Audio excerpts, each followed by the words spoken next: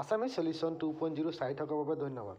আজি আমি আলোচনা কৰিম গুৱাহাটী ইউনিভাৰ্চিটিৰ আণ্ডাৰত থকা মহাবিদ্যালয়সমূহত ইতিমধ্যে ফৰ্ম ফিল-আপ চলি আছে।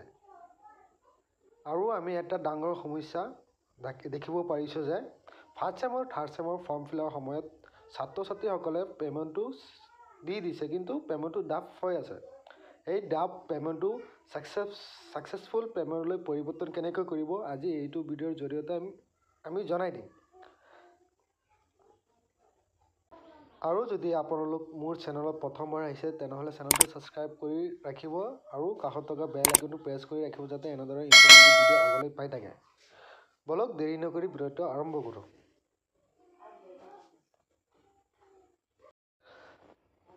আপোনালোকে গুগলত গুৱাহাটী samat.edu.in বুলি চাৰ্চ কৰিব। চাৰ্চ কৰাৰ পাছত আপোনালোকে প্ৰথম যিটো অপশ্যন আছে সেইটোত আপোনালোকে ক্লিক কৰি দিব। ক্লিক কৰাৰ পাছত আপোনালোকে এনৰলমেণ্ট নম্বৰ আৰু পাছৱৰ্ড দি লগইন কৰি ল'ব। আপোনালোকে লগইন কৰি ল'ব। লগইন কৰাৰ পাছত 3 আইকন বুলি এটা অপশ্যন আছে, ইয়াত ক্লিক কৰিব। ক্লিক কৰাৰ পাছত আপোনালোকে চাব ইয়াতে ফিজ বুলি এটা অপশ্যন আছে, ফিজ বুলি, এইটো চাই লওক।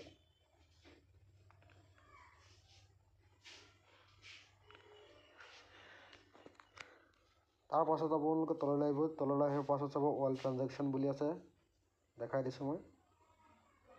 লাষ্টৰ যিটো অল ট্ৰানজেকশ্যন এইটোত আপোনালোকে ক্লিক কৰিব।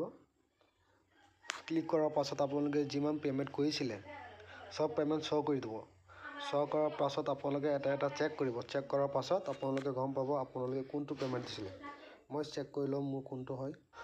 আপোনালোকে চেক কৰি থাকিব। চেক কৰাৰ পাছত আপোনালোকে ক্লিক কৰি দিব। ক্লিক কৰাৰ পাছত আপোনালোকে দেখিব পাৰিব আপোনালোকে যদি পে'মেণ্ট দি থাকে তেনেহ'লে পে'মেণ্টটো ছাকচেছ বুলি দেখাব।